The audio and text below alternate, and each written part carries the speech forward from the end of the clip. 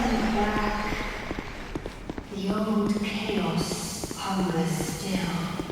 After a robust main game and 2 great DLC chapters, Crown of the Ivory King, the third and final part of the trilogy, seems to go out of its way to catch you off guard. While it absolutely relies on a core foundation, its best moments are arrestingly creative.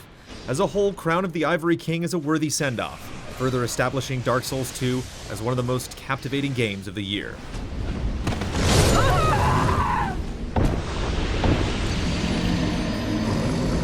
In the previous DLC, players traversed a labyrinthine underground ruin and then an ashen iron wasteland. This episode takes you through the frigid remnants of an ancient castle.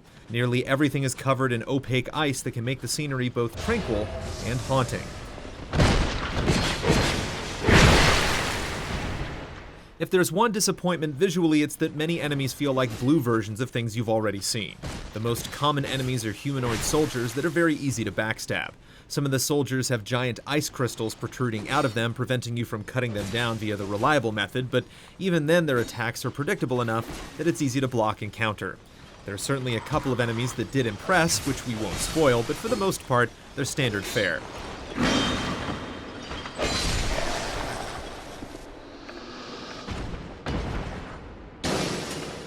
Although the enemies themselves are not always the most interesting opponents, they're positioned in devious ways. Numerous times an unseen enemy snuck out of a corner or crevice and very nearly ended our lives.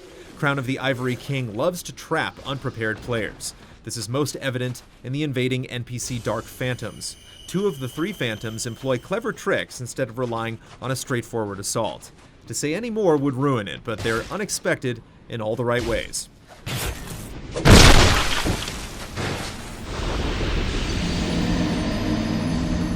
As you wander through the Cold Keep, you'll see several areas, pathways, and treasure chests frozen in ice. After completing a specific task, the ice melts. Of course, Dark Souls 2 doesn't just give you these things without a struggle. Previously harmless enemies come to life, making things even more difficult. Backtracking can be a pain, but in Crown of the Ivory King, it's enticing, with plenty of worthwhile rewards for those that love covering every last inch. The DLC's crowning achievements are the boss fights. The first is invisible until after acquiring a specific item, but things don't get much easier once you can see it. It's a giant crystalline saber-toothed tiger that makes the enormous bridge you fight on feel claustrophobic. The otherworldly cat is so good at covering space, and his swipes are so vicious, that we had to enlist help before taking him down. It's a potent reminder that when Dark Souls is at its best, it offers truly memorable and fearsome confrontations, which is even more applicable when describing the second boss. Again, we'll be vague, but no single battle in the series has had such scale. It'll test you in ways you haven't been tested before, and is so intense, we couldn't imagine a more fitting end to the trilogy. As with the other DLC, an optional challenge area exists in Crown of the Ivory King, but it takes a much different form. Instead of a long tunnel crammed with enemies, it's a vast and completely open field. A billowing snowstorm hinders visibility to a crippling degree and only slows down for brief moments. In many ways, it's similar to Tomb of the Giants, which was one of the most challenging areas in the original game. Dark Souls is already intimidating, but taking away a player's sight is a special kind of terror that we wish the series would shoot for more. Our only gripe is that it doesn't last very long, preventing the sensation from settling in. The fight waiting at the end is also unexceptional.